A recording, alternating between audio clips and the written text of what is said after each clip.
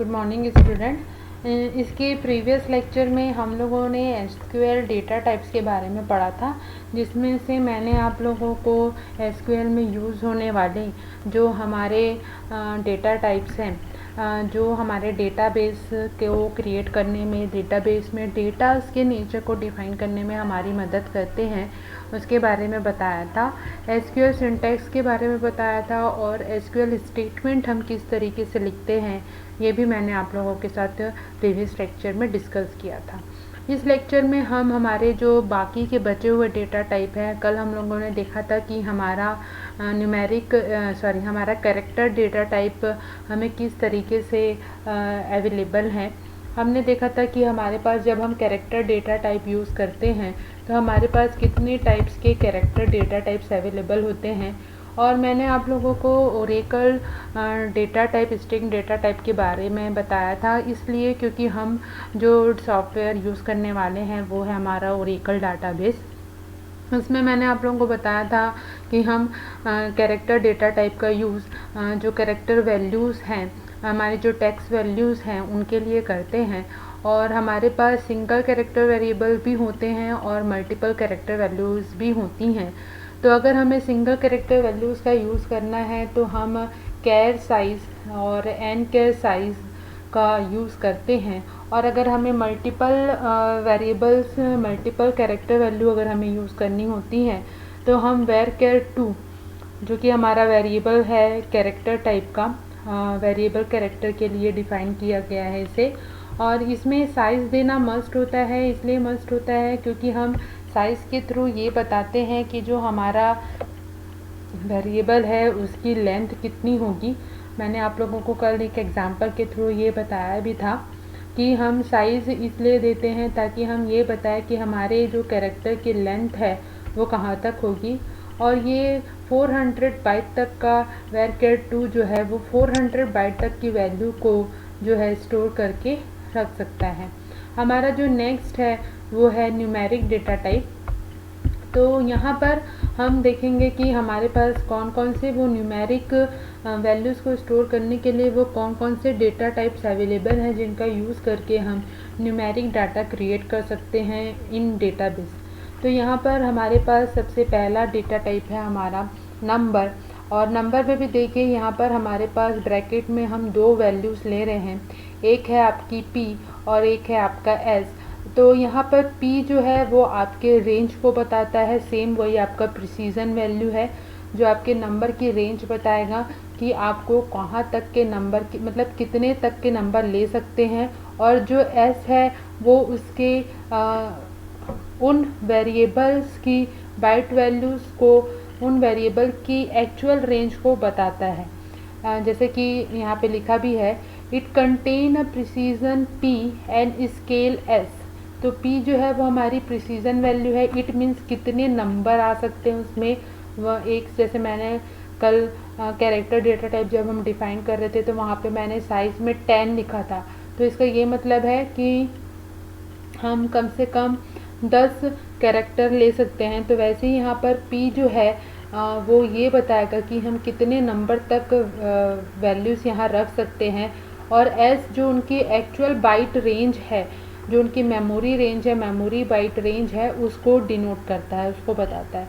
तो the precision P can range from 1 to 30 and the scale S can range from -84 to 127। तो जो ये scale है ये इसकी बाइट रेंज है कि ये कौन से मेमोरी रेंज के बीच में आता है।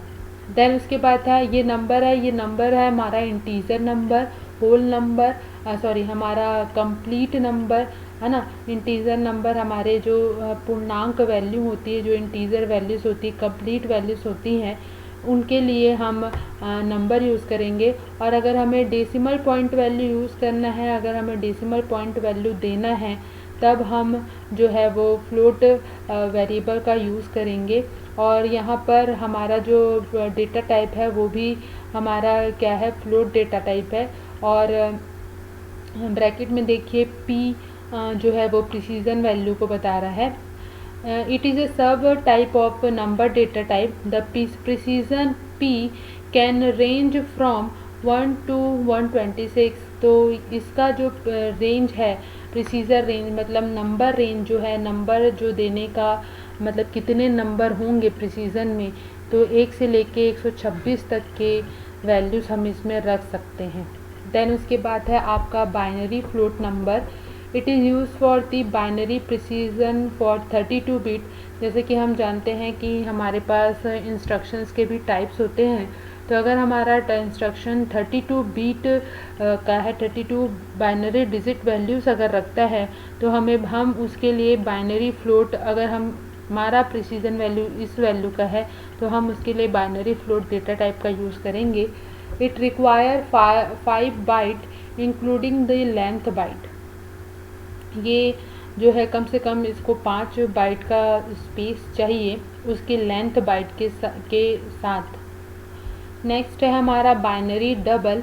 It is used for double binary precision. मतलब यहाँ पर हमारे पास जो हमारी बाइट रेंज है, जो बीट रेंज है, वो बढ़ गई है और यहाँ पर जो है वो 64 बिट हो गई है और इसका जो मेमोरी कैपेसिटी है वो कम से कम 9 बाइट का है और उसके साथ उसमें उसकी लेंथ बाइट भी इंक्लूडेड है। तो यहाँ पर बाइनरी फ्लोट और बाइनरी डबल जो है, अगर हम binary data types data value अगर यूज़ कर रहे हैं, मान लीजिए हमारा डाटा जो है वो बाइनरी वैल्यूज़ जैसे को कंटेन करता है, तब हम उसे बाइनरी फ्लोट और बाइनरी डबल डेटा टाइप का यूज़ करके डिफ़ाइन कर सकते हैं। और नेक्स्ट है हमारा Oracle date and time data types. मैंने आप लोगों को बताया था कि किसी भी डाटाबेस के लिए 3 इम्पॉर्टेंट डेटा टाइप्स होते हैं। एक होता है आपका स्ट्रिंग डेटा टाइप, एक होता है न्यूमेरिक डेटा टाइप और तीसरा होता है आपका डेट एंड टाइम। तो मान लीजिए अगर हमें अपने डाटाबेस में कुछ डेट और टाइम से रिलेटेड अगर डाटा कंटेन करना है, रखना है, स्टोर करना है, तब हम वहाँ पर date and time data type का यूज़ करेंगे।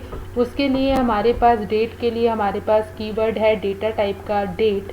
It is used to store a valid date and time format with a fixed length. Its range varies from January 1, 47112 BC to December 31, 9999 AD। ये इस डेटा टाइप की range है कि इस range के बीच में ये डेट एंड टाइम फॉर्मेट को फॉलो करेगा और इस रेंज के बीच में ही हमारी जो डेट और टाइम वैल्यू जो हम फीड करेंगे वो इस रेंज के बीच में आएगी। रेंज इसलिए दी जाती है ताकि हम ये पहचान सकें कि वो मतलब वो कितने समय तक के लिए वैलिड है, कहाँ तक उसकी लिमिटेशन है। रेंज देने का मतलब यहाँ पर यही होता है कि हम एक लिमिटेड वैल्यूज़ को यूज़ करें ताकि हम ये नोटिफाई भी कर पाएँ, ये जान भी पाएँ कि कौन सा डेटा किस टाइप के डेटा टाइप, कौन सा डेटा कैसे बिहेव करता है ना। तो इसलिए हमें रेंज देना भी ज़रूरी होता है। फिर उसके बाद है आपका टाइम स्टैम्प। तो टाइम स्टैम्प जो है वो टाइम वैल्यू के लिए, टाइम देने के लिए यूज़ किया जाता है। It is use to store the valid date in YYY MMDD with the time HHMMSS format. तो ये फॉर्मेट है टाइम स्टैम्प का। यहाँ पर मतलब है डेट एंड टाइम अगर हमको दोनों एक साथ यूज़ करना है, अपने डाटा में कंटेन करना है जहाँ पे डेट भी हो और उसके साथ साथ टाइम भी डिस्प्ले करे, तब हम टाइम स्टैम्प डेटा टाइप का यूज़ करेंगे। तब उसके लिए हमारे पास जो फॉर्मेट होगा वो होगा आपका ईयर, मंथ और डेट, और टाइम होगा आपका, टाइम का फॉर्मेट होगा हावर, मिनट एंड सेकेंड। जब हम टाइम स्टैम्प फॉर्मेट का, डेटा टाइप फॉर्मेट का यूज़ करेंगे तब हम डेट के साथ साथ टाइम भी दे सकते हैं। उसके बाद हमारे पास जो हमारा नेक्स्ट डेटा टाइप है वो है हमारा Oracle large object data type, जिसको स्मॉल फॉर्म में LOB भी कहा जाता है। अब Oracle large object data type जो है ये हमें ऑब्जेक्ट, हमने पढ़ा है कि ऑब्जेक्ट क्या होता है ना। तो ये हमें जो है हमारी लार्ज ऑब्जेक्ट डेटा टाइप जो है वो हमें कुछ ज़्यादा रेंज की वैल्यूज़ को एक्सेस करने में हमारी मदद करता है। तो यहाँ पर जो है रेंज के हिसाब से ही थोड़ा सा जो है वैल्यूज़ यूज़ की जा रही हैं। पहला है BLOB, it is use to specify unstructured binary data. its range goes up to 20⁻32 - 1 और 4 GB। तो ये जो डेटा टाइप्स हैं ये हमारे बाइनरी डेटा स्ट्रक्चर, हमारे बाइनरी डेटा टाइप के लिए, हमारे कैरेक्टर डेटा टाइप के लिए, हमारे फिक्स्ड वैल्यू डेटा टाइप के लिए यूज़ किए जाने वाले हैं। लार्ज ऑब्जेक्ट डेटा टाइप का मतलब है यहाँ पर हमारे पास जब हमारा डेटा टाइप का जो स्केल वैल्यू है अगर वो ज़्यादा हो जाती है, स्केल वैल्यू इट मीन्स जो मेमोरी वैल्यू है, मेमोरी रेंज जो है अगर वो ज़्यादा आती है तो ज़्यादा मेमोरी रेंज या स्केल वैल्यू का हमको डेटा का यूज़ हमको अपने डेटाबेस में करना है, तब हम Oracle large object data type का यूज़ करेंगे, जिसमें BLOB जो है वो बाइनरी डाटा के लिए है और दूसरा आपका है B फाइल, ये बाइनरी डेटा फाइल्स के लिए है। It is used to store the binary data in external file. It range goes up to 2⁻32 - 1 bytes और 4 GB। हमारे पास अगर जो बाइनरी फाइल्स हैं, है ना, हमारा जो बाइनरी डेटा है, हमारे पास एक बाइनरी फाइल्स क्रिएटेड हुई हैं, अगर उस टाइप का हमको डेटा कंटेन करना है तब हम B फाइल डेटा टाइप का यूज़ करेंगे। नेक्स्ट है आपका CLOB, तो ये हमारे कैरेक्टर के लिए है, कैरेक्टर डेटा टाइप के लिए है, जो कि लार्ज स्केल में अगर हमको डेटा स्टोर करना है अगर।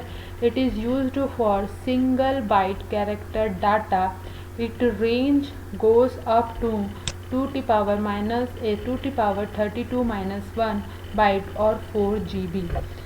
मतलब हमको अगर सिंगल बाइट कैरेक्टर वैल्यू का यूज़ करना है, सिंगल बाइट मतलब पूरी 1 बाइट है ना, single byte character byte value का अगर हमको यूज़ करना है, मतलब हमको जब डेटा स्टोर करना है और वो बीट में ना आकर बाइट वैल्यू में फॉर्म करती है, बाइट के रेंज में आती है, तो लार्ज स्केल बाइट में आती है। अगर लार्ज स्केल बाइट में आ रही है तब हम CLOB डेटा टाइप का यूज़ करेंगे, डेटा वैल्यूज़ का यूज़ करेंगे। नेक्स्ट है आपका NCLOB, तो ये आपका जो है ये भी कैरेक्टर के ऊपर है।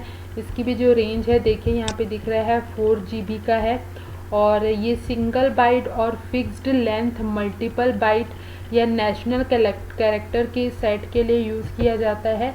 इट मीन्स अगर हमको सिंगल बाइट या मल्टीपल बाइट वैल्यू जैसे डेटा का यूज़ करना है अगर, तो हम NCLOB का यूज़ करेंगे। नेक्स्ट है आपका RAW। रॉ जो है वो आपका रॉ बाइनरी डेटा के लिए यूज़ किया जाता है। अगर हमारा जो वेरिएबल है, जो डेटा है वो रॉ बाइनरी डाटा कंटेन करता है या रखता है, तब हम रॉ डेटा टाइप यूज़ करेंगे उसे डिफ़ाइन करने के लिए। और वहाँ पर रॉ के साथ देखिए हमको पैरेंथेसिस ब्लॉक में साइज़ भी देनी होगी। तो it is use to specify variable length raw binary data. It range up to 2000 byte per row. It maximum size must be specified. और इसका हमको जो प्रिसीजन साइज़ है वो देना भी ज़रूरी है कि कितने प्रिसीजन साइज़ वैल्यू तक ये जाएगा। और उसके बाद है हमारा लॉन्ग, ये स्पेसिफाइड है, इसकी मैक्सिमम लिमिट हमको देनी होती है। और पर रो वैल्यू ये काउंट होता है, per row value binary data count होता है। और उसके बाद नेक्स्ट है हमारा long raw. It is use to specify the variable length raw binary data.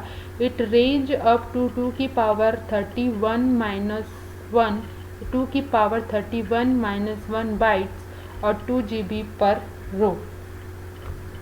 तो ये भी लॉन्ग रो जो है, लॉन्ग रॉ जो है वो हमारे बाइनरी डेटा टाइप वैल्यू को रखने के लिए, बाइनरी डेटा टाइप वैल्यू को डिफ़ाइन करने के लिए यूज़ किया जाता है। लेकिन ये जो डेटा टाइप्स हम देख रहे हैं यहाँ पर, Oracle large object data types, ये हमारे नॉर्मली हम जो डेटा टाइप क्रिएट करेंगे उसमें यूज़ होने वाले डेटा टाइप्स नहीं हैं।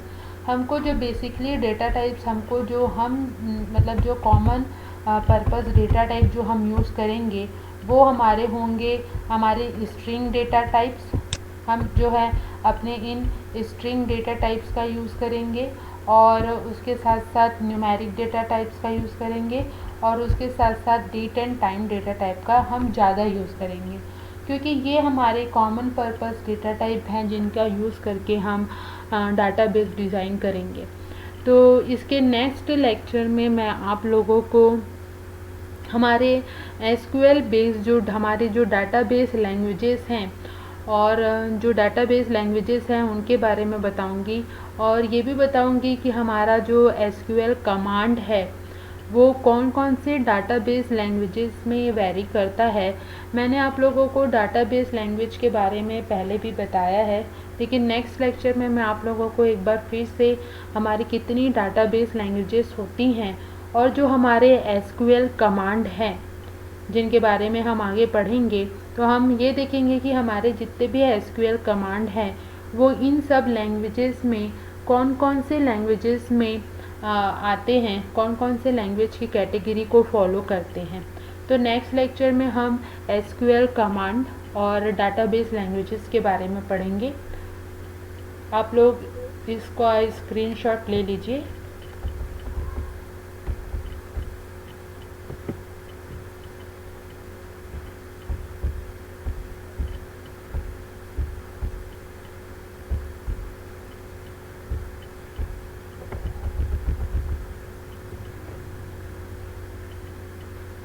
Okay, thank you, student.